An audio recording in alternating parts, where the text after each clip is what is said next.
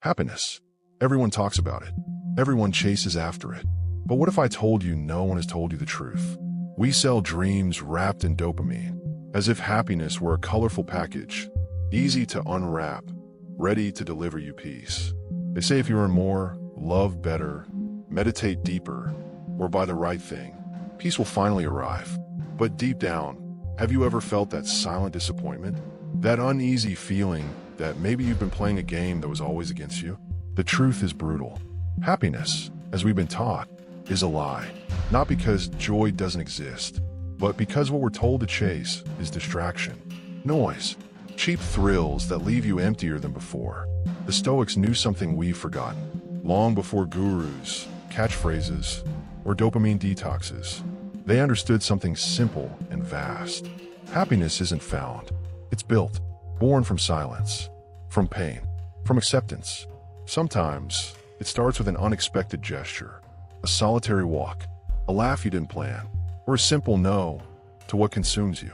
Marcus Aurelius, one of history's most powerful men, woke every day, not seeking pleasure, but facing his duty. He didn't ask, "What will make me feel good today?"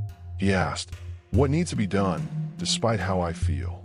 Because true happiness isn't the absence of pain. It's the presence of meaning. And meaning isn't for sale. It's earned.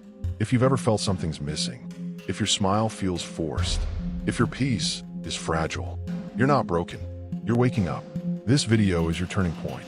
No empty promises. No shortcuts.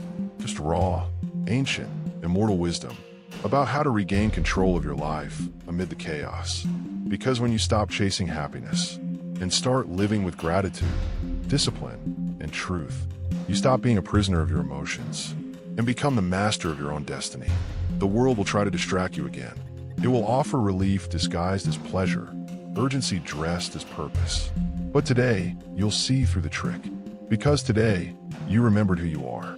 And once you understand where true happiness lives, you'll never settle for less again. You don't need to smile to feel peace. You just need to stop, breathe, observe nature, close your eyes, laugh without guilt, and return to what has always been inside you.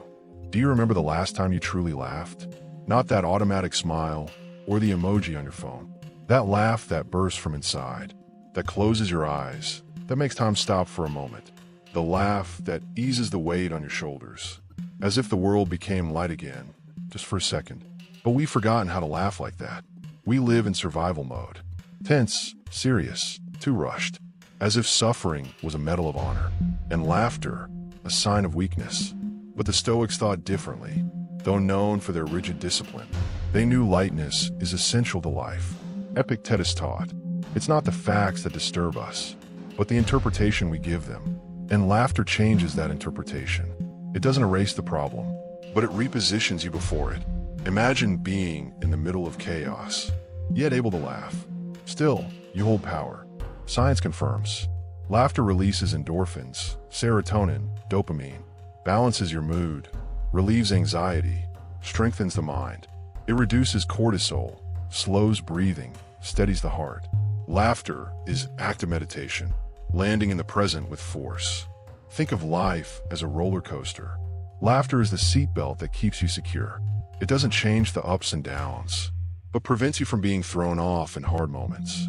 Even in the worst places like hospitals, patients in laughter therapy report improvement. Not because laughter cures everything, but because it restores humanity to what seemed lost. Laugh at mistakes, at hurry, at absurdity, at life that insists on testing you. Laughter is not foolishness. It's wisdom disguised. It's freedom in a few seconds. And sometimes, it's exactly what happiness demands. The courage to open space for a little light, even on the darkest days. Have you ever stopped to think? How many days of your life have passed without you really looking at the sky? We wake up, we enter screens, we enter cars, we enter buildings. We breathe air conditioning, artificial light, concrete, noise. And before we know it, the day is over. And you haven't even seen the sun, but the body feels it, the soul feels it. This disconnection from nature is a silence that screams, a longing we don't even know how to name. The Stoics knew this. Living in harmony with nature was not just an external principle. but an internal alignment because they are one and the same. Marcus Aurelius wrote, "Observe how nature does everything in the right time, without haste, without resistance." Perhaps what you're missing isn't a new goal, but an old rhythm, the rhythm of the earth, the wind, the sun, the pauses. You don't need to isolate yourself in a forest to feel it. Sometimes you just need to leave the house, wander aimlessly, lean on a tree, and breathe. No headphones, no notifications. You just need to be fully here now. Science calls this forest bathing and shows that 20 minutes outdoors, even in a city park, reduce cortisol, increase mental clarity, decrease anxiety and depression. But the Stoics didn't need a lab to know this, because in front of something greater, a mountain, a sea, an ancient tree, you remember who you are and what you don't need to carry. Nature teaches us to live with less, to adapt, to trust the cycles. It doesn't explain, it shows, and you understand without words. Want to find peace? Go where silence is not empty, but full of life, where time doesn't run, it breathes, where the world demands nothing of you, just presence. You don't need to flee the city, you just need to be. Happiness might not be so far away. It might be in the breeze, in the sound of leaves, in the light crossing the sky. You just need to go out and let life reach you again. You know the biggest battle of your day starts before you even get out of bed. The alarm rings, and your first thought is always the same. Just 5 more minutes. But those 5 minutes repeat every day. And what seems small shapes who you are. The way you start your day determines the kind of life you build. The Stoics knew this. Marcus Aurelius wrote, "When you hesitate to get out of bed at dawn, tell yourself, I must fulfill my duty as a human being." It's not about heroism. It's about remembering the day doesn't start when you want. It starts when you take control. And there's a silent power in that, greater than any momentary reward. Waking up early is more than discipline. It's creating space. It's gaining time for yourself before the world starts to scream, before messages, problems, external demands. It's the only moment when you're not reacting. You're choosing. And happiness, as the Stoics teach us, doesn't come from reacting to what happens. It comes from aligning your actions with your values, from living intentionally. Science confirms what philosophy already knew. People who wake early tend to be more optimistic, productive, and emotionally stable. Not because the clock has magic, but because they start the day with direction, not confusion. In the first minutes of the morning, the world is silent. And in that silence, you can hear yourself. Think clearly, breathe calmly, take the wheel of your own life. You don't need to wake at 5 a.m., but you need to wake consciously, before being dragged by chaos, before losing another day to distraction. Waking early isn't about productivity, it's about identity. It's being the kind of person who honors time, because they know it doesn't come back. And more than that, it's understanding that the inner world needs space to flourish, and that space often exists only in the solitude of the early hours. Maybe happiness starts there, in the dark, in silence, in the courage to get out of bed, to become who you need to be, before the world tells you who you should be. Have you ever felt your day slip away without leaving a trace? You were awake, you were active, but deep down, you didn't really live. The Stoics called this death in life, alive in body, but absent in spirit. They knew time isn't just precious, it's all we have. Seneca wrote, "We don't have a short life. We have the habit of wasting it." And when you don't fill your days with intention, the world fills them for you, with empty tasks, news, alerts, problems that aren't even yours. And before you know it, your energy is drained, your mind fragmented, your soul numb. But there's another way. You can choose. You can design your days, like someone building a cathedral, with patience, focus, and meaning. Not like someone putting out fires. Woke up early. Great. Now use it. Fill your day with what builds you. A book that expands. A conversation that heals. A project that transforms. And also what grounds you.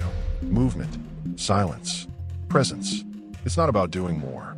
It's about doing with meaning. Meaning isn't found. It's created from what you decide to prioritize. Studies show people who structure their days with blocks of intention, even small ones, feel happier, more productive, and fulfilled. Not because they do everything, but because they do what matters. Marcus Aurelius said, "When you wake, think. Today I will have the chance to act as a human being, not a robot, not a slave to a schedule, but someone who acts consciously and deliberately.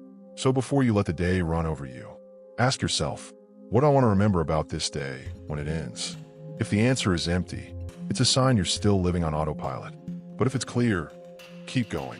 Even if the world says there's no time. Because the truth is, you'll never have time. You'll have to create it. And maybe the greatest act of love you can give your life is to firmly choose what will exist inside it. Have you ever thought about giving up on what you love, on what seemed your path, but over time started to hurt? Maybe no one sees it. Maybe you smile on the outside, but inside you wonder if it's worth continuing. The Stoics' answer is clear. Yes, it's worth it. Not because it's easy, but because it's necessary. Seneca said, "It's not because things are hard that we don't dare. It's because we don't dare that they become hard." Real happiness demands effort, persistence, commitment to something bigger than immediate comfort. You don't keep going because everything's going well. You keep going because you believe, even when no one applauds, even when progress is invisible. The Stoics teach that obstacles aren't walls. They're gates. Gates that only open for those who push every day. Marcus Aurelius wrote, "The impediment to action advances action. What stands in the way becomes the way." This means difficulty isn't a sign of failure. Sometimes it's the test. It's the fire that forges the soul. In practice, it means writing even when no one reads. Training even when results take time. Trying even when everything seems lost. And don't be fooled. Pain will come. Frustration will strike. Doubt will scream in your ear. There will be days you feel like an imposter. Days when nothing seems worth it. But on those days, remember, you're not fighting for applause. You're fighting for coherence. For the right to be who you know you can be. Every day you insist. You build something the world cannot take away. Inner strength. Happiness isn't just an achievement. It's in knowing you didn't betray yourself. That you didn't quit halfway. That you went all the way. Fearful, tired. And maybe, just maybe, the greatest joy is looking back and saying, "I didn't stop. The time has come. Now, there's only one thing left. Act. Laugh more. Go outside and breathe. Wake up with purpose. Live with intention. Persist, even when everything screams to stop." Sounds too simple, right? And that's why most ignore it. Because we've been taught happiness has to be spectacular, unattainable, perfect. But the Stoics knew the truth. Real happiness isn't grand. It's quiet, solid, constant, right before your eyes. They taught that joy doesn't come when everything is right, but when you do right, even when everything is wrong. You don't need a life without pain. You need a mind trained to bear pain without losing your center. You don't need immediate answers. You need presence, clarity, actions aligned with values, not fleeting desires. Happiness isn't a destination.